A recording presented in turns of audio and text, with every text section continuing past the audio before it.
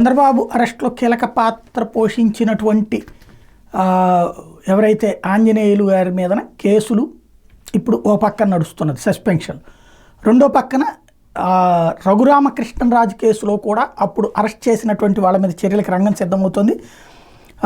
Third degree ఉపయోగించి police అధికారులు సిబ్బందిని త్వరలోనే అరెస్ట్ చేయబోతున్నారు. జగన్మోహన్ రెడ్డిపై రఘురామరాజు అనుచిత వ్యాఖ్యలు చేశారు. 2021 ఆయాలో ఆయన మీద దేశద్రోహం కేసు కింద నమోదు చేసిన సిఐడి అధికారులు ఆ ఏడాది మే 14 జన్మదిన రోజున ఆయన హైదరాబాద్ నుంచి బలవంతంగా గుంటూరు సిఐడి ప్రాంతీయ కార్యాలయం తీసుకురావడం, ఆ రోజు రాత్రి కస్టడీలో తన మీద థర్డ్ డిగ్రీ ప్రయోగించి అత్యాచారానికి పాల్పడిన రఘురామరాజు ఇచ్చిన ఫిర్యాదు మేరకు ఈ ఏడాది జూలై 11 గుంటూరు నగరంపాలెం పోలీస్ స్టేషన్లో కేసు నమోదైంది. నాటి CID chief PV Sunil Kumar A1, అప్పటి నిఘా విభాగం అధిపతి పిఎస్ఆర్ ఆంజనేయులు A2, మాజీ CM Jaganmohan Reddy A3, CID అదనపు ఎస్పీ విజయపాల్ A4, అప్పటి జీజీహెచ్ సూపరింటెండెంట్ ప్రభావతి A5 తదితరుల మీద ఐపీసీ 120B, 166, 167, 197, 307, 326, 465, 506 సబ్సెక్షన్ 34 తదితర సెక్షన్ల కింద కేసు నమోదు చేశారు. అయితే రోజులు గడుస్తున్న కేసులో ఎటువంటి పురోగతి లేదని రఘురామరాజు పలు సందర్భాల్లో అసంతృప్తి వ్యక్తం చేశారు. నేరుగా గుంటూరు జిల్లా ఎస్పీ సతీష్ కుమార్ని కలిసి దర్యాప్తు వేగవంతం చేసి నిందితుల మీద చర్యలు తీసుకోవాలని విజ్ఞప్తి చేశారు.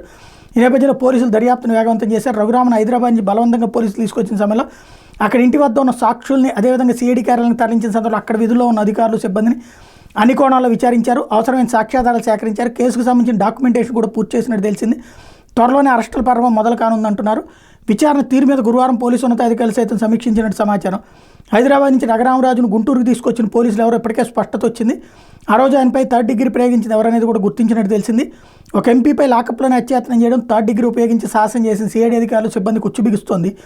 ఈ కేసులో 3 సీఐలు, 2 ఎస్ఐలు, 4 హెడ్ కానిస్టేబుల్, ఏఎస్ఐలు, కానిస్టేబుల్ ఉన్నట్టు గుర్తించారు. సుమారు 10 మంది పోలీసు అధికారులు, సిబ్బంది అరెస్టు తప్పదని అంటున్నారు.